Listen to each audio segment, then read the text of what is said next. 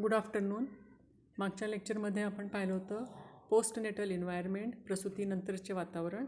आता आज पाहणार आहोत त्यातील पुढचा मुद्दा पोषक आहार, न्यूट्रिशन. सुयोग्य वाढ व विकासासाठी पोषक आहाराची गरज प्रत्येक मानवी जीवाला असते. योग्य पोषक घटकांचा समावेश असणारा समतोल व चौरस आहार, ज्यामध्ये प्रथिने, कार्बोदके, स्निग्ध क्षार आणि जीवनसत्वे वाढीच्या काळात अत्यंत महत्त्वाचा असतो. समतोल आहार व पोषक आहार यांचा अभाव असेल तर परिस्थिती कुपोषणाकडे झुकते. म्हणजे आता या वयामध्ये मुलं जे असतात ते क्रियाशील असतात, त्यांची खूप ऊर्जा, एनर्जी खर्च होते. ती भरून काढण्यासाठी, हाडांमध्ये चांगली बळकटी येण्यासाठी, स्नायू चांगले हष्टपुष्ट होण्यासाठी त्यांना योग्य आहाराची गरज लागते आणि त्यांच्यामध्ये एक प्रकारचं ताकद यावी, हे सर्व योग्य आहाराने आणि चौरस आहाराने, ज्यामध्ये प्रोटीन, कार्बोहायड्रेट, विटामिनयुक्त आहार असेल तर हे शक्य आहे. वाढीच्या काळात अत्यंत महत्त्वाचा जो भाग आहे तो पोषक आहार असतो. ह्यामुळे त्यांचा शारीरिक व मानसिक विकास व्यवस्थित होतो.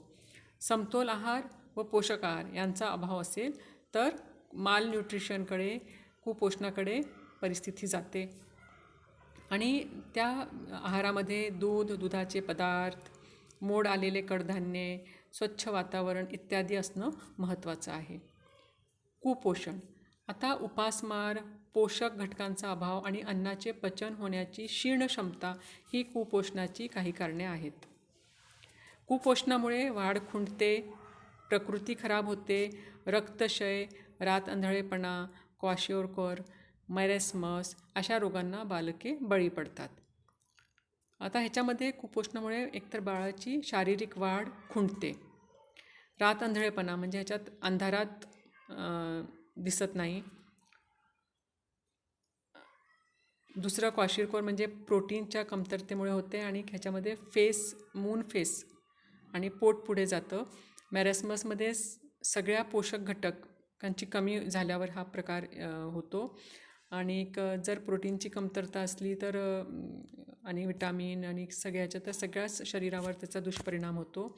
अशामुळे लॉस ऑफ मसल्स, मास हे सर्व त्वचेचे काही रोग, एकाग्रता कमी होणे, स्मरणशक्तीवर परिणाम होतो. विटामिन एच्या कमतरतेमुळे त्वचेचे रोग होतात.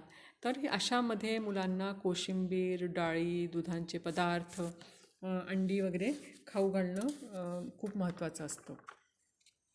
आता नलिकाविरहित ग्रंथी म्हणजेच एंडोक्राईन ग्लँड. नलिकाविरहित ग्रंथी विशिष्ट संप्रेरक निर्माण करतात आणि हे संप्रेरक सरळ निरनिराळ्या अवयव, ऊती आणि रक्तप्रवाह यात जाऊन मिसळतात. अंतस्रावी ग्रंथी वाढ, विकास, प्रजनन यावर नियंत्रण ठेवतात. आंतरिक किंवा बाह्य उद्दीपकाला प्रतिसाद म्हणून अंतस्रावी ग्रंथीमधून संप्रेरक स्त्रवतात. आता हे जे काही खास ग्रंथी आहेत, एक प्रकारचं रसायन म्हणजे हार्मोन्स ज्याला आपण म्हणतो ते सिक्रेट करतात. जसं की थायरॉइड ग्रंथीमधून थायरॉक्सिन सिक्रेट होतं. अशा अनेक ग्रंथी आहे की ज्याच्यातून काही हार्मोन्स सिक्रेट होतात आणि ते शरीराला खूप महत्त्वपूर्ण असतात, त्यांचा रोल. आता हे जे पियुषिका ग्रंथी आहे म्हणजे ही वाटाण्याच्या दाण्या एवढी असते आणि हे मेंदूच्या तळाशी तिचे स्थान आहे, ती स्थित असते. तिला प्रधान ग्रंथी, मास्टर ग्लँडसुद्धा असे म्हणतात.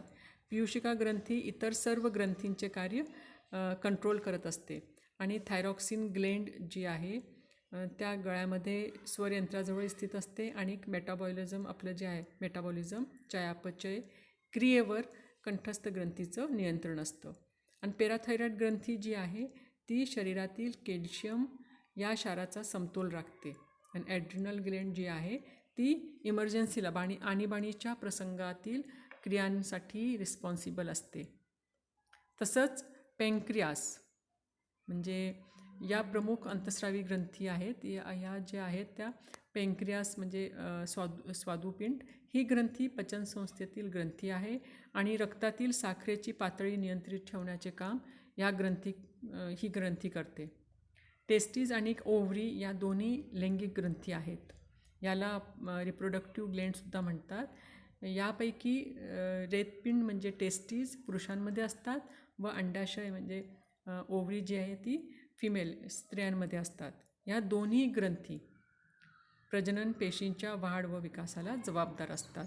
म्हणजे टेस्टिसमध्ये टेस्टोस्टेरॉन हार्मोन बनवते, ज्यामुळे जे सेकंडरी सेक्स कॅरेक्टरिस्टिक्स आपल्याला मुलांमध्ये आणि मुलांमध्ये बघायला मिळतात, दाढी मिशा वगैरे. आणि मुलींमध्ये पण सेकंडरी सेक्स कॅरेक्टरिस्टिक्समध्ये काही जे बदल झालेले असतात, म्हणजे त्यांना त्यांच्या फेसवर मुरूम येणे, ब्रेस्टमध्ये ची वाढ होणे, हिप्स वाढ होणे, MC येणे वगैरे, हे जे सगळे गोष्टी आहेत त्या ह्याच्यामध्ये हार्मोनल चेंजेस आणि वाढीमुळे ह्यांच्यामध्ये बघायला मिळतात. पुढचे आजारपण, इलनेस. बालकाच्या आरोग्याचा विचार करता आरोग्यस्थिती महत्त्वाची आहे. वाढ व विकास ज्या काळात जलद गतीने होत असतात त्याच काळात जर आजारपण आले तर त्यांच्या वाढीवर त्याचा परिणाम होतो. आणि आजारपणामुळे बालकाच्या सामाजिक भावनिक विकासावर परिणाम होतो. आणि क्रियाशीलतेच्या पातळीवर विपरीत परिणाम होतो आणि अध्ययनाच्या संधी कमी होतात. आता जसं की मी तुम्हाला ह्याच्या आधी सांगितलं होतं की एंडोक्राईन ग्लँड जी आहे मानवी शरीरामध्ये, या ग्रंथीचं फार महत्त्वाचे स्थान आहे. ज्या ग्रंथीच्या स्रावाने वहन करण्यासाठी नलिका असतात त्यांना नलिकाविरहित ग्रंथी म्हणतात.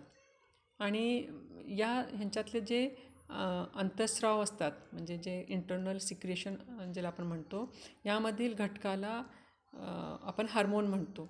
मग हे रक्तामध्ये मिसळतात आणि शरीरातील विविध ग्रंथी सुयोग्य पद्धतीने कार्यक्षम असतील तर त्यामधील हे जे अंतःस्राव आहे ते योग्य तेवढ्याच प्रमाणात निर्माण होतो.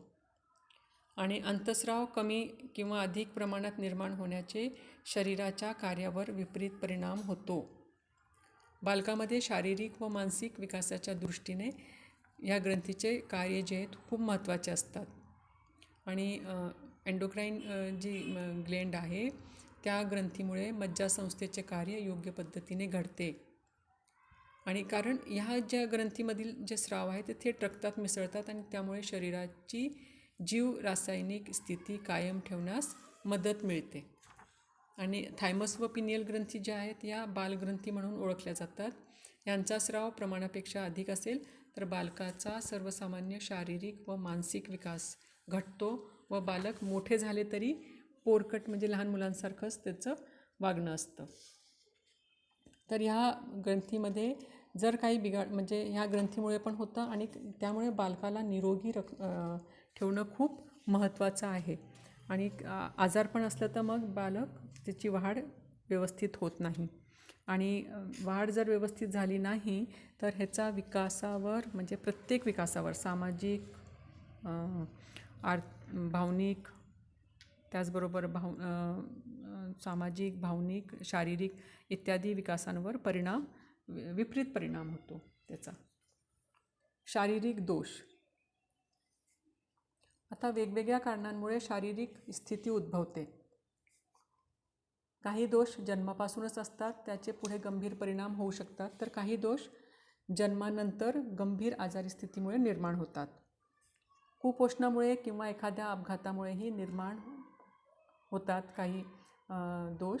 शारीरिक दोष स्थिती असल्यास बालकाची वातावरणाशी आंतरक्रिया कमी होते आणि त्यामुळे कदाचित शोध प्रवृत्तीला म्हणजे क्युरोसिटीला चालना देणाऱ्या संधी कमी होतात आणि त्याचा परिणाम म्हणून सर्वांगीण विकासावर होतो. आपल्याला अनेक वेळा असं पाहायला मिळतं की काही विशिष्ट प्रकारचे शारीरिक दोष बालकांमध्ये वाढीवर विपरीत परिणाम करतात आणि विकासात मागासलेपणा आढळतो त्यांच्या ह्याच्यामध्ये.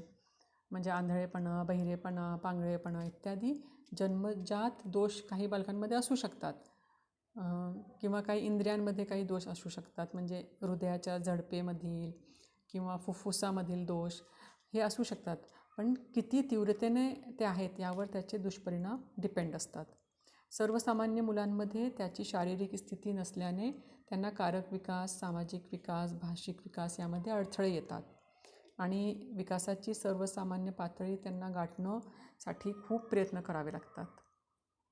तसेच आजारपणाबद्दल मी आता जसं सांगितलं की गर्भावस्थेमध्ये असताना बालकाच्या जर पोषक वातावरण नसेल तर रोगप्रतिकारक शक्ती त्यांची कमी होते आणि ते चांगले समायोजन करू शकत नाही. स्वतःचे पोट भरण्यासाठी जर स्वतःचे जे पोट भरण्यासाठी स्तनपानाच्या माध्यमातून दूध त्यांना प्यावे लागते. या सर्व नव्या वातावरणामध्ये त्यांना त्यांची प्रतिकार क्षमता कमी पडल्यास त्याला अनेक आजाराला तोंड द्यावे लागतात. सर्दी, खोकला, ताप इत्यादी त्यांच्यावर ते चालूच असतं.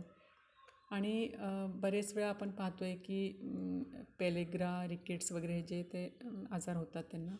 कुठलाही आजार उद्भवल्यास बालकाची ऊर्जा जी आहे ते आजाराचा प्रतिकार करण्यासाठी खूप खर्च करावी लागते.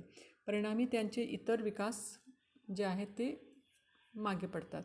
कॉलरा, कावीळ, टायफॉईड, खोकला इत्यादी आजारांच्या प्रतिबंधक लसी उपलब्ध करून त्या लसी त्यांना दिले तर हे बऱ्यापैकी ह्याच्यावर कंट्रोल येऊ शकतं.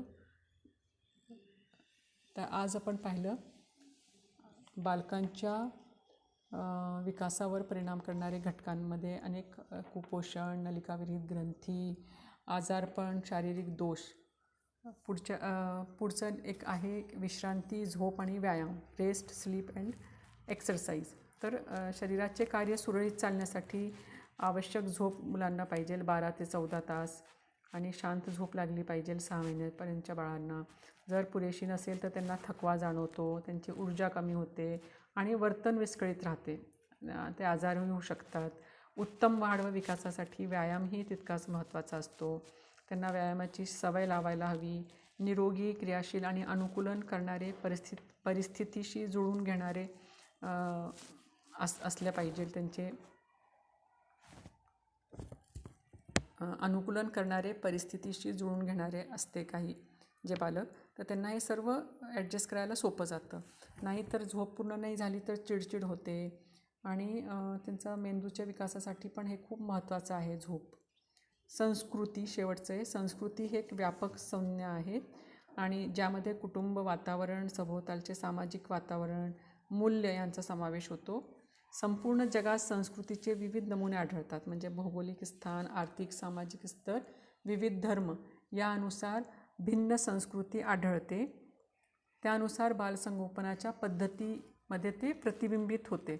बालकांना पुरवले जाणारे अनुभव, संधी, रुजवली जाणारी मूल्य असतात. बालकाच्या मानसिक विकासावर परिणाम करणाऱ्या घटकांपैकी संस्कृती हे एक खूप महत्त्वाचा घटक आहे. म्हणजे आता बालकांमध्ये नीती, विचार, मोठ्यांना जसं आपण नमस्कार करणं, हे सणवार, हे सर्व ह्याचाही मुलांच्या विकासावर परिणाम होतो. काही पद्धती असतात की एखाद्या जाती धर्मामध्ये बालकाला त्यांच्या संगोपनाच्या वेगळ्या पद्धती असतात, पण सर्वजण बालकाचा योग्य कसं विकास होईल त्यासाठी प्रयत्न करत असतात पालक. आणि बालकांचा जो विकास आहे तो त्यांना पुरविले जाणारे अनुभव त्यांना घरात कसे मिळत आहेत, समाजात कसे मिळत आहेत ह्याच्यावर आणि त्यांना दिलेल्या जाणाऱ्या संधीवर आणि त्यांच्यावर मूल्य कसे आपण करतो आहे ह्यावर त्यांचा विकास डिपेंड असतो. ओके, धन्यवाद.